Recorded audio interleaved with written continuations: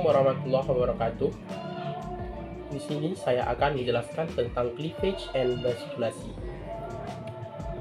Sebelumnya itu, apakah Anda telah mengetahui apa itu embryogenesis? Di sini saya akan menjelaskan tentang embryogenesis terlebih dahulu. Embryogenesis merupakan perkembangan yang terjadi setelah terjadinya fertilisasi atau setelah terjadinya penyatuan gamet jantan dan gamet betina yang akan menghasilkan zigot. Kemudian perkembangan zigot akan dilanjutkan dengan dua cara, yaitu dengan cara cleavage atau pembelahan, dan kemudian akan dilanjutkan dengan gastrulasi.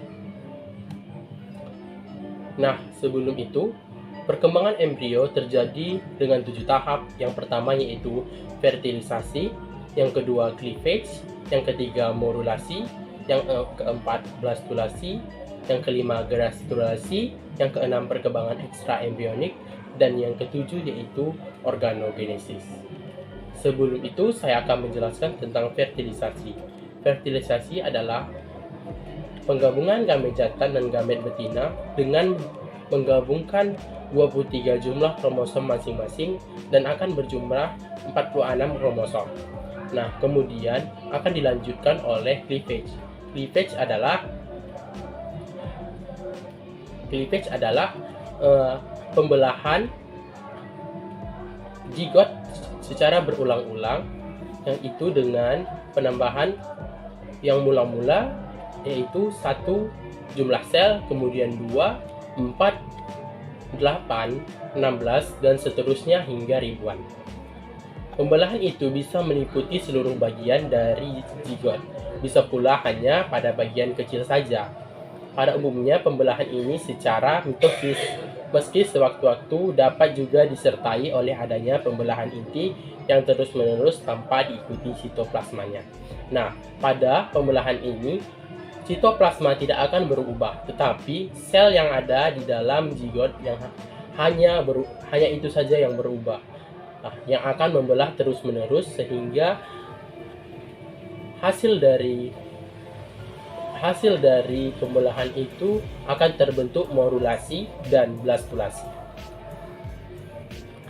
Apakah kamu mengetahui ciri-ciri dari zigot? Yang pertama, zigot bersifat uniseluler, akan diubah dengan adanya pembelahan mitosis yang berangsur-angsur akan membentuk multiseluler. Yang kedua, tidak terjadinya pertumbuhan, hanya terjadi pembelahan pada sel saja. Yang ketiga yaitu bentuk embrio tidak berubah kecuali dengan terbentuknya rongga di dalam embrio yang disebut dengan blastosol. Yang keempat, tidak terjadi pembelahan kuantitatif dalam komposisi kimia telur, meskipun transportasi cadangan makanan menjadi sitoplasma yang aktif dan substansi sitoplasma menjadi substansi inti yang berlangsung. Fase cleavage. Fase cleavage yaitu fase di mana terbagi dua, yaitu sel telur terbagi menjadi dua belah yang berbeda, yaitu terdapat kutub animal dan kutub vegetal, atau disebut dengan animal hemisphere dan vegetal hemisphere, yaitu akibat kandungan sitoplasma yang tidak menyebar merata yang dipisahkan oleh gray crescents. Yang kedua, animal hemisphere akan terfertilisasi oleh sperma dan biasanya akan tampak lebih gelap dibandingkan vegetal hemisphere. Vegetal hemisphere itu tempat adanya yolk atau kuning telur. Fase cleavage yaitu fase yang pertama, yaitu fase pembelahan sel secara mitosis yang menghasilkan 2, 4, 6, 8, dan 16 blastomer. Yang kedua yaitu tahap 16 blastomer disebut dengan tahap cleavage atau pembelahan. Yang ketiga yaitu pembelahan zigot, 2 dan 4 blastomer terjadi pada sumbu anterior dan posterior. Yang keempat yaitu pembelahan 8 dan 16 blastomer terjadi pada sumbu ventral dan dorsal. Yang kelima yaitu pembelahan sel yang berlangsung cepat namun tidak menambah ukuran zigot. Pada tahap pembelahan ini, zigot masih diselubungi oleh zona pellucida. Pada gambar telah Anda ketahui, telah Anda lihat bahwasanya pada zigot terdapat dua bagian, yaitu animal hemisphere dan vegetal hemisphere. Ingat terlebih dahulu, kebanyakan mamalia hanya pembelahan atau cleavage-nya hanya pada kutub animal saja.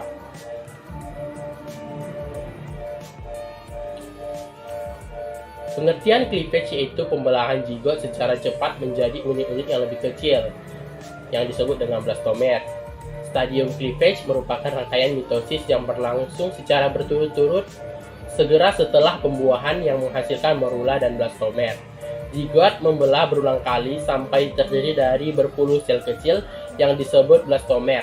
Pembelahan itu bisa meliputi seluruh bagian, bisa pula hanya pada sebagian kecil zigot saja. Pembelahan ini terjadi secara mitosis, meskipun terkadang juga diikuti pembelahan inti yang terus-menerus tanpa diikuti sitoplasma. Bidang pembelahannya yang ditempuh oleh arah pembelahan ketika zigot mengalami mitosis terus-menerus menjadi banyak sel disebut dengan bidang pembelahan. Bidang-bidang pembelahan pada cleavage yaitu terbagi empat, yaitu ekuator, longitudinal, meridian, dan vertikal. Ekuator yaitu bidang pembelahan tegak lurus terhadap poros kutub animal vegetal, dan di pertengahan antara kedua kutub tersebut. Bidang pembelahan longitudinal yaitu bidang pembelahan yang sejajar dengan bidang ekuator. Bidang meridian yaitu bidang pembelahan yang melewati poros kutub animal vegetal. Yang terakhir yaitu vertikal, yaitu bidang pembelahan yang melewati tegak lurus dari animal ke vegetal. Perbedaan dengan bidang meridian adalah tidak melewati poros kutub animal vegetal. Bidang vertikal ini sejajar atau melintang di bidang meridian. Macam-macam pembelahan, yaitu macam-macam pembelahan terbagi atas tiga, holoblastik, meroblastik, dan pertengahan holoblastik dan meroblastik. Pada gambar, dapat Anda lihat bahwa perbedaan-perbedaan itu sangat mencolok. Pembelahan pada holoblastik yaitu pembelahan yang terjadi secara keseluruhan pada bagian keseluruhan dari zigot. Sedangkan meroblastik yaitu pembelahan yang hanya pada kutub animal saja. Sedangkan pertengahan holoblastik dan meroblastik yaitu merupakan pembelahan yang terjadi seluruhnya mencapai ujung dari kutub vegetal, atau diibaratkan dengan lebih setengah dari zigot tersebut mengalami pembelahan. Pola-pola pembelahan terbagi atas empat, yaitu pertama radial, bilateral, spiral, dan rotasi. Radial yaitu dijumpai pada Echinodermata dan Amphioxus. Kemudian bilateral dijumpai pada Ascidian, spiral dijumpai pada Mollusca, dan rotasional dijumpai pada Mamalia. Pada gambar dapat Anda lihat bahwa pembelahan holoblastik terbagi atas dua, yaitu isolesital dan mesolesital. Isolesital terbagi menjadi empat bagian, yaitu radial cleavage yang terjadi pada Echinodermata dan Amphioxus. Dapat Anda lihat pembelahannya terjadi secara radial. Yang kedua yaitu spiral cleavage atau yang terjadi pada Annelida, Mollusca, dan flatworms. Dapat Anda lihat pada gambar terjadi secara spiral. Kemudian bilateral cleavage yang terjadi pada tunicate. Yang keempat, rotasi cleavage yang terjadi pada mamalia dan nematoda. Kemudian yang kedua yaitu mesolesital, yaitu displaced radial cleavage atau yang terjadi pada amphibian. Kemudian yang kedua, meroblastic cleavage terbagi atas dua, yaitu telolesital dan centrolesital. Telolesital terbagi atas dua, yaitu bilateral cleavage dan discoidal cleavage. Bilateral cleavage terjadi pada cephalopoda dan moluska, sedangkan pada discoidal cleavage terjadi pada ikan, reptil, dan burung. Sedangkan centrolecital terjadi pembelahan superficial cleavage yang terjadi pada semua insekta. Kemudian kita lanjutkan yaitu blastula. Blastula atau kuncup kecil merupakan stadium perkembangan mencapai susunan blastomer atau sel-sel yang belum ada diferensiasi yang jelas dari aspek biomolekuler sampai tingkat ini. Belum ada sintesis molekul baru. Dan ini hanya pembelahan-pembelahan di awal tadi. Kemudian gen yang beroperasi adalah gen embrio yang baru aktif setelah blastula akhir menjelang blastula. Macam-macam blastula terbagi atas 3, yaitu ceoloblastula, discoblastula, stereoblastula. Celoblastula yaitu berbentuk bola, disebut dengan juga blastula bundar, berasal dari telur homolecital dan mediolecital.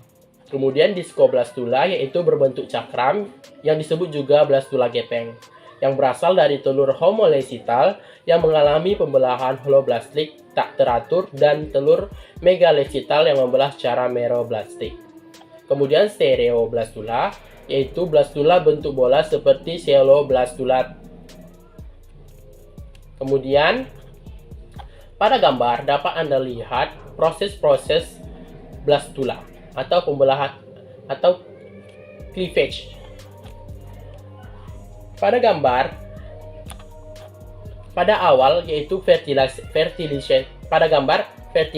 egg atau fertilisasi di awal, yaitu penggabungan gamet jantan dan betina dengan menggabungkan 23 gen jumlah kromosom jantan dan 23 jumlah gen kromosom betina. Ketika kedua gen tersebut telah menyatu sehingga menjadi 46 kromosom, kemudian mereka akan membelah menjadi 2 sel, kemudian 4 sel, kemudian 8 sel, dan kemudian akan membelah menjadi banyak hingga ratusan, hingga puluhan, dan membentuk morula, membentuk bola. Kemudian membentuk morula yang sudah bulat, kemudian membentuk rongga blastula, kemudian dilanjutkan oleh pelekukan glastula, kemudian pada glastula terbentuklah ektodrem, endodrem, dan arkenteron. Bentuk-bentuk dan struktur blastula pertama yaitu struktur umum yang terdiri dari sel promatif, embrioblast, epiblast, jaringan embrio atau badan embrio, sel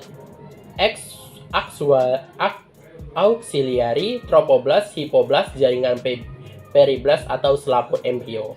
Kemudian rongganya yaitu blastosol yang berisi cairan untuk ruang gerak. Kemudian bentuknya bulat atau blastofer, atau mau juga pipih atau cakram, atau discoblastula, atau bentuk gelembung atau blastosis. Kemudian strukturnya yaitu masih pasif atau stereoblastula, atau juga lapisan sel atau blastodrem. Kemudian hasil dari blastulasi ini akan membentuk blastosol yang membentuk blastosol, yaitu pertama, blastula yang telah terbentuk merupakan awal dari perkembangan organ. Yang kedua bakal ektodrem epidermis, yang ketiga bakal ektodrem saraf, yang keempat bakal notochord, yang kelima bakal mesodrem, dan yang keenam bakal endodrem dan mesodrem. Kemudian akan dilanjutkan di akhir selanjutnya itu video tentang pembentukan dari cleavage dan blastulasi. Terima kasih.